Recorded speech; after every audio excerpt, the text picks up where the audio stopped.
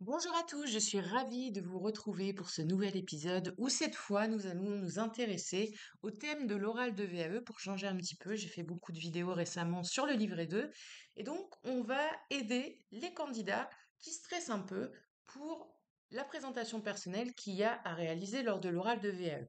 Pour repréciser un peu cet oral, l'oral se déroule en deux temps et je pourrais même dire en quatre temps.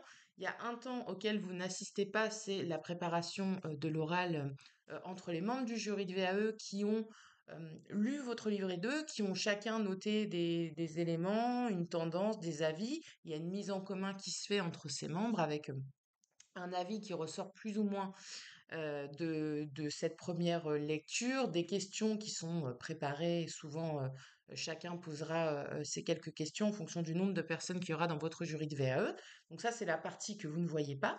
Partie à laquelle vous prenez part, bah, c'est l'échange, hein, c'est l'oral, qui va là se dérouler en deux temps. Première partie que vous assurez avec une présentation personnelle, donc forcément, il faut la préparer et ce sera le thème de cette vidéo.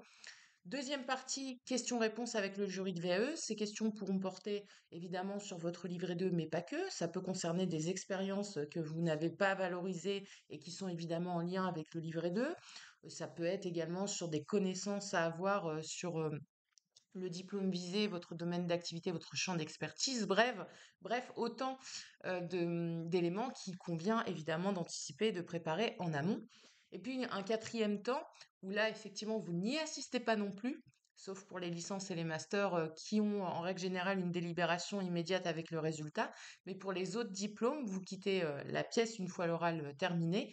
Et là, le jury note globalement l'avis qui est porté sur votre candidature et les résultats vous sont communiqués plus tard, soit par courrier ou soit sur un portail dématérialisé selon l'organisme certificateur. Donc vous voyez déjà que un oral, c'est un objectif, c'est de valider déjà que vous êtes bien la personne qui a réalisé l'écrit, qu'il y a une cohérence entre votre écrit et votre discours, qu'on retrouve bien cette cohérence entre les deux éléments. C'est aussi un moyen de vous rencontrer, de vous tester, d'aller plus loin que le livret 2, de répondre aussi à des questions qui sont potentiellement laissées en suspens après lecture de votre livret 2 ou potentiellement des compétences qui n'ont pas été suffisamment développées sur lesquelles on souhaiterait avoir un complément. Donc voilà. Pour cette partie. Alors, les 7 règles d'or à respecter, quelles sont-elles? La première déjà, et je pense que ça va pas vous surprendre, comme toute présentation personnelle, moi je vous recommande de lister sur un petit mémo pour venir avec le jour J un plan qui retracera les grandes lignes de votre présentation personnelle. Surtout ne rédigez pas parce que l'idée c'est de garder évidemment un effet naturel sur votre présentation. Mais s'il y a un peu de stress, c'est toujours bien d'avoir un petit mémo donc vous vous faites une petite fiche que vous pourrez tout à fait amener le jour J, où vous notez le plan quelque part de votre présentation. Deuxième conseil que je vais vous donner là-dessus, c'est de répéter évidemment cette présentation personnelle, mais de ne pas la prendre par cœur. Pourquoi? Parce que quand on est jury, il n'y a rien de pire que quelqu'un qui récite en face de soi. Ça veut dire déjà que la personne a appris par cœur. Il n'y a pas vraiment pas d'originalité, mais en tout cas de naturel dans l'échange. On a l'impression d'avoir un robot en face de soi. Donc répéter, évidemment, répéter pour se corriger, pour améliorer, pour que ça devienne fluide, pour qu'il y ait un discours cohérent et que toutes les parties s'enchaînent bien. Bien entendu, je vous le recommande. Mais ne répétez pas à outrance parce qu'après vous allez vraiment perdre ce côté naturel et ça rendra moins agréable, on va dire, la présentation personnelle que vous allez livrer à votre jury VAE. Ce qui est intéressant en réalité, c'est d'avoir une personne vivante en face de soi où on a le sentiment que tout ça, même si ça a été préparé, reste naturel et cette personne nous livre quelque part son histoire, son parcours, etc. Et ses motivations pour ce projet de VAE. Troisième point, placer des éléments stratégiques pouvant faire l'objet de questions dans votre présentation personnelle. Ça, moi, je le dis beaucoup aux personnes que j'ai en training, aux candidats que j'ai en training en coaching, sur les préparations d'oraux.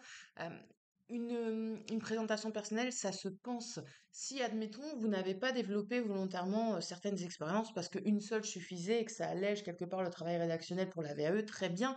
Mais dans ces cas-là, valorisez ces expériences parce qu'il y a de grandes chances que le jury vous pose des questions là-dessus, surtout si elles sont en lien avec le diplôme que vous visez. C'est un exemple, hein, il peut y avoir d'autres éléments, mais disons que quand vous choisissez de parler de quelque chose dans votre présentation personnelle, il doit y avoir un objectif derrière. On ne met pas juste des éléments pour des éléments, d'accord?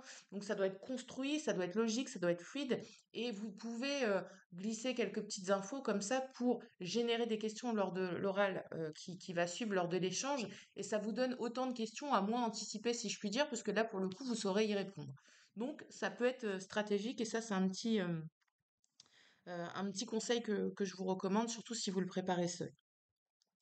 Quatrième point, et ça c'est très important, respectez le délai donné. Même si vous êtes bavard, même si vous adorez votre métier, même si vous êtes à l'aise à l'oral et que parler pour vous c'est très fluide, il y a un temps qui est donné pour la présentation personnelle. Souvent, pour les diplômes lambda, on va dire que c'est 10 minutes, mais même 10 minutes, c'est trop. Moi, je dis toujours aux candidats, visez 5 à 8 minutes grand maximum, parce que au-delà de ça, souvent le jury va vous amener à conclure, ce qui peut vous déstabiliser dans la réalisation de votre présentation personnelle. Donc, visez 5 à 8 minutes, restez synthétique. Alors, encore une fois, je parle de manière générale, il y a certaines licences ou certains masters pour lesquels la présentation, elle peut durer jusqu'à 20 minutes et on peut vous demander d'avoir un support PowerPoint. Dans ces cas-là, l'organisme certificateur vous en informera. Mais pour la majorité des diplômes, on est sans support, on est sur une présentation en règle générale de 10 minutes. Et là, visez les 5 à 8 minutes, vous verrez qu'on peut largement dire des choses intéressantes et pertinentes dans ce temps imparti. Et ça vous poussera à être synthétique, ce qui n'est pas du luxe de temps en temps. Donc c'est valorisant pour vous, ça montre que vous allez droit au but, que vous savez repérer les points forts de votre profil, de votre candidature, vous savez les synthétiser, les restituer et avancer comme ça. Cinquième point, pardon. Comprendre l'objet et l'objectif, je dirais, de cette prestation. Combien de candidats me contactent après l'oral de VAE? Alors, déjà parce qu'ils se sont plantés au niveau de cet oral. Parfois, l'écrit est très bon en plus, donc c'est d'autant plus déstabilisant parce qu'ils n'ont pas compris l'objectif de l'oral et ils pensaient qu'il fallait représenter leur livret 2 dans la présentation personnelle. C'est pas du tout l'objectif de cet oral. Le livret 2, il aura été lu par votre jury de VAE, il aura été évalué. L'oral, c'est pas ça du tout. On est là pour aller au-delà de l'écrit. On est là pour vous rencontrer, on est là pour vous découvrir. Présentation personnelle à construire pour vous et ensuite vous poser des questions qui permettront de valider et de sécuriser ce que vous avez écrit, de vérifier que vous êtes l'auteur du livret 2 comme je l'ai dit auparavant et d'aller plus loin sur certains sujets. Mais le livret 2, il est écrit, on revient pas dessus. L'idée, c'est pas de le représenter, de le relire, de le reparcourir avec vous, ça n'a aucun intérêt. Donc comprenez bien que l'oral, on est à l'étape d'après, l'écrit a été envoyé, l'écrit a été évalué et on va plus loin que cet écrit. Soit on revalide certaines choses, soit on essaye d'approfondir certains sujets, soit on va aller même sur des sujets que vous n'avez pas évoqués. Sixième et avant-dernier point, là on va être vraiment dans le savoir-être, mais avoir un ton dynamique et de l'assurance. Alors je sais que c'est pas facile hein, de prendre la parole devant un jury qu'on connaît pas, qu'il y a un enjeu, qu'on vise un diplôme, qu'on est stressé, mais vous devez faire l'effort pendant 45 minutes et même lorsque vous avez des grands objectifs, des grands enjeux dans votre vie, préparez-vous. Mais venez avec le sourire, venez avec un ton dynamique, venez avec de l'assurance, regardez votre jury dans les yeux. Si vous êtes timide, vous regardez leurs sourcils. Ils auront l'impression que vous les regardez, mais vous ne verrez pas leurs yeux, ça peut vous aider.